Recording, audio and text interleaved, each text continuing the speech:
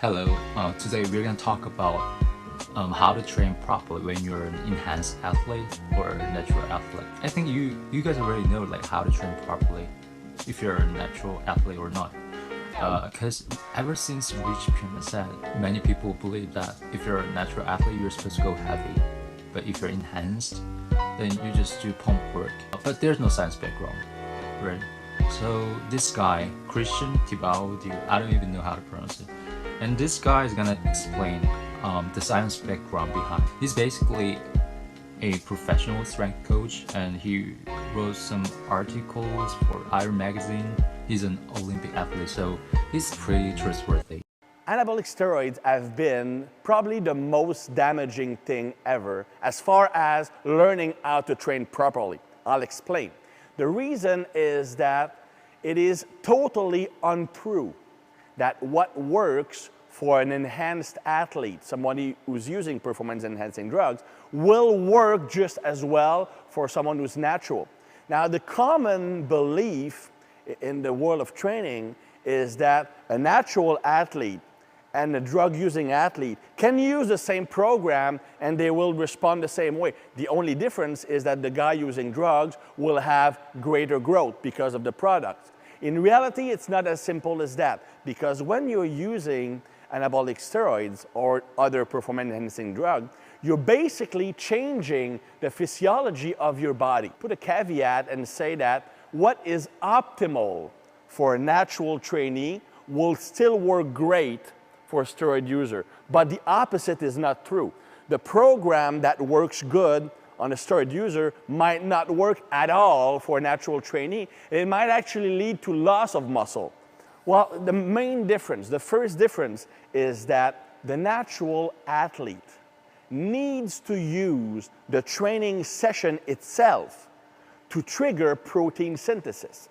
And the drug user, the person using performance-enhancing drugs, is basically in a state of elevated protein synthesis 24/7, because that's what steroids do. They increase the rate of protein synthesis. So these people do not need to trigger maximum protein synthesis with the workout because it's already elevated. So right off the bat, any kind of training they do will work because protein synthesis is already on. So what you need if you want to increase your muscle mass, you need to trigger protein synthesis by yourself because you don't have the products doing that for you. So you have to use a training session to do that. Now, this means that your training has to reach a certain threshold to trigger maximum protein synthesis. That means maximum muscle fiber recruitment, fiber fatigue, and activating mTOR. That's all fine and well. But the big problem is that you cannot afford to do anything that will inhibit protein synthesis, because all you have when you're natural to trigger protein synthesis is the workout. If you decrease the protein synthesis from the workout, then you don't have any opportunity during the week to make it better. So what you want is increase mTOR as much as possible, and you want to get rid of all these factors that can inhibit protein synthesis. And the main factor here is an increase in cortisol, as well as an increase in the enzyme called AMPK. These are the two things that will inhibit or even stop protein synthesis the most. So if you trigger these two things when you're training, you might very well stop completely the gains you tried to trigger with the training, right? So cortisol, why does it go up? Cortisol goes up because when you're training, you need to mobilize fuel, energy that is stored in the muscle or in the fat cells. The more energy you need to mobilize, the more cortisol you release.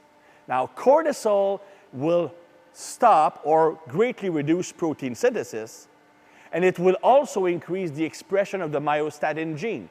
The more myostatin is expressed, the less muscle your body will allow you to build. So cortisol will stop muscle mass from growing with these two mechanisms. So if I'm doing a lot of volume, lots of sets, lots of reps, lots of exercises, in each workout, I'm burning more fuel, right? The more exercise I do, the more fuel I require. The more fuel I require, the more energy I need to mobilize, and the more energy I need to mobilize, the more cortisol I release. So that's the first big difference between enhanced and natural. The natural trainee cannot afford to do a lot of volume in a training session because it will increase cortisol a lot more. Now, an enhanced athlete will have some of the same problems, but the thing is that the anabolic hormones, which are derivative of testosterone, actually blunt the effect of cortisol. Because the androgens, testosterone or any other anabolic steroids taken, once they are linked to the receptors, they use the same second messenger at the cellular level as cortisol. So basically that means that the more anabolic hormones you have in your body, the less cortisol can do its job. So that's the first difference. An enhanced athlete can do a higher volume of work. And it's not even from a recovery perspective. It is from a protein synthesis perspective. Whereas a natural trainee cannot do as much volume. That's the main difference. The second difference is that the natural athlete needs to use the session to trigger protein synthesis. I already mentioned that. So it stands to reason that the more often I train a muscle, the more muscle growth I'll have. Think about it this way. If somebody is using steroids, protein synthesis is elevated 24/7 for the whole week.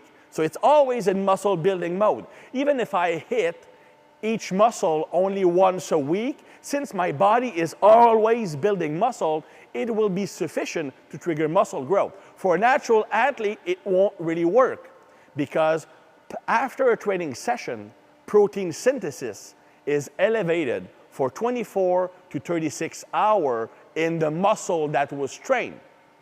So if I only train a muscle once a week, I'm basically building muscle only for a day and a half.